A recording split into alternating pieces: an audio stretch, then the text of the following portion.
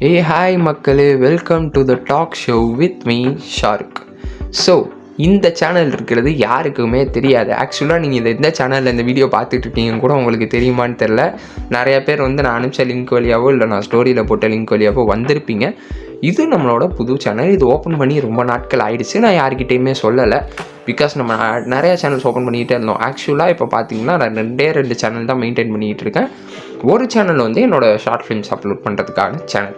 இந்த சேனல் நம்ம பாட்காஸ்ட்டோ இல்லை எனக்கு தோன்றதை பேசுகிறதோ இல்லை உங்களுக்கு தோன்றதை நான் பேசணும்னு நினச்சிங்கன்னா சொல்லுங்கள், பேசலாம், ஜாலியாக பேசலாம். ஸோ அதுக்காக தான் இந்த சேனல் நான் ஓப்பன் பண்ண ரீசனும் அண்ட் நம்ம ரீல்ஸில் போடுற எல்லா ஷார்ட்ஸும் இதுலேயும் இருக்கும். அண்ட் இன்றைக்கி எதை பற்றி பேச போகிறேன் அப்படின்னா, ரீசன்ட் டேஸாக நான் அப்சர்வ் பண்ண வரைக்கும் including a best friend of mind எல்லாருமே யோசிக்கிற ஒரு விஷயம் லைஃப்பில் செட்டில் ஆகுது. சரி, ஓகே, லைஃப்பில் செட்டில் ஆகிறது யோசிக்கிறது எல்லாருமே யோசிக்கிற நார்மலான விஷயம் தானே அப்படின்னு கேட்டிங்கன்னா, லைஃப்பில் செட்டில் ஆகணுன்றது யோசிக்கிறது okay, but there is a journey. இல்லை, அந்த ஜேர்னியை ஏன் யாருமே யோசிக்கலை? எனக்கு நிஜமாகவே இது ஒரு டவுட்டாக இருந்துச்சு. And I want to talk with you guys. லைஃப்பில் செட்டில் ஆகணும் அப்படின்னா அதுக்குன்னு ஒரு ஜேர்னி இருக்குது. அந்த ஜேர்னி யாருமே இப்போலாம் யோசிக்கிறது இல்லை. இப்போலாம் எப்படி தெரியுமா, ஓவர் நைட்டில் நான் ஒபாமா ஆகணுன்ற மாதிரி யோசிக்க ஆரம்பிச்சிட்டானுங்க. நான் திடீர்னு நைட்டு நான் பெரிய பிஸ்னஸ் மேன் ஆகிட்டா எப்படி இருக்கும், திடீர்னு ஒரே நாள் நைட்டில் நான் இதை பண்ணிட்டா எப்படி இருக்கும், அதை பண்ணிட்டா எப்படி இருக்கும்னு யோசிக்கிறேன். எல்லாருமே நான் இன்றைக்கி இதை பண்ணால் எப்படி இருக்கும், இன்றைக்கி இப்படி நான் இது பண்ணேன்னா என்னோடய டெஸ்டினேஷனோ நான் லைஃப்பில் செட்டில் ஆகிறதுக்கு யோசிக்கிற விஷயமோ என்னை எப்படி மாற்றும், இதை யாருமே யோசிக்கிறது இல்லை.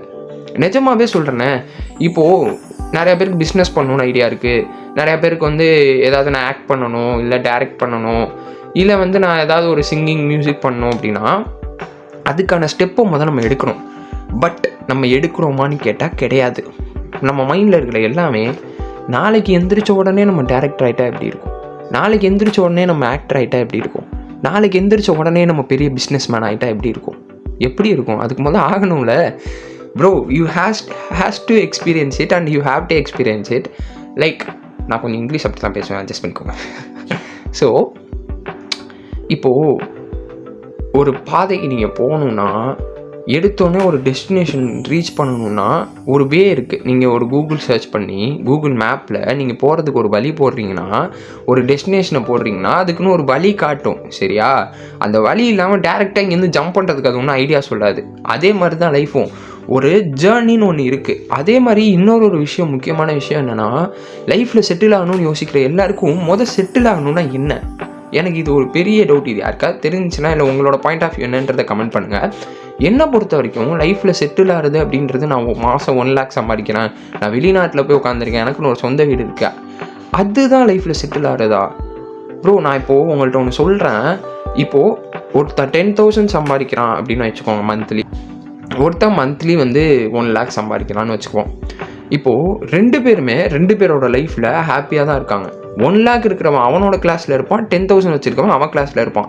ஏன் அவனுக்கு 1 lakh வச்சுருக்கிறவன் என்ன மாதிரி லைஃப் ஹேண்டில் பண்ணுறானோ அந்த மாதிரி இருக்கணும்னு ஆசை இருக்கும் தான். பட் ஸ்டில் அவனோட லைஃப்பை அவன் ஹாப்பியாக ஹேண்டில் பண்ணிகிட்டு இருக்கலாம். எல்லாரையும் நான் சொல்ல, பட் நான் சொல்கிறேன். இப்போது 10,000 நான் 10,000 ஏர்ன் பண்ணுறேன்னு வச்சுக்கோங்களேன். இப்போது நான் ஜாலியாக என்ஜாய் பண்ணுறேன், இஎம்ஐ கட்டணும், டியூ கட்டணும், எல்லாமே கட்டுறேன். என்னோடய வீடு வாடகை வீடு தான், நான் வீட்டுக்கு வாடகை கொடுத்துறேன். இதெல்லாம் போக என் கையில் மந்த்லி நான் என்ஜாய் பண்ணுறது, நான் செலவு போக எல்லாமே மந்த்லி என்கிட்ட ஒரு 10,000 இருந்துச்சுன்னா நானும் லைஃப்பில் செட்டில் ஆன ஒருத்தன் தான். ஆமாம், என்கிட்ட மிச்சம் என்கிட்ட ஒரு 10 rupees இருந்துச்சுனாலும் நான் லைஃப்பில் செட்டில் ஆன ஒருத்தன் தான். ஏன்னா என்கிட்ட காசு சேமிக்கிற அளவுக்கு காசு இருக்குது, ஓகேயா? என்கிட்ட இருக்கிற எல்லாத்தையும் நான் கொடுத்துக்கிட்டு இருக்கேன். எனக்கு எங்கே போய் எது பண்ணுறதுன்னு தெரியல. என்கிட்ட இது இல்லைனா நம்ம இன்னும் செட்டில் ஆகணும்னு அர்த்தம். பட் என்கிட்ட இருக்கிற காசை வச்சு நானும் ஹாப்பியாக இருக்கேன். அண்ட் என்னால் காசை சேவ் பண்ணியும் வைக்க முடியுதுன்னா அதுவே லைஃப்பில் செட்டில் ஆகிறது தான். ஸோ அதுன்னு மட்டும் இல்லை. இப்போது என்கிட்ட ஒரு 1 lakh இருக்கு, என் கையில் காசே நிற்க மாட்டேங்குதுன்னா நீங்கள் இன்னும் லைஃப்பில் செட்டில் ஆகிறது தான் அர்த்தம்.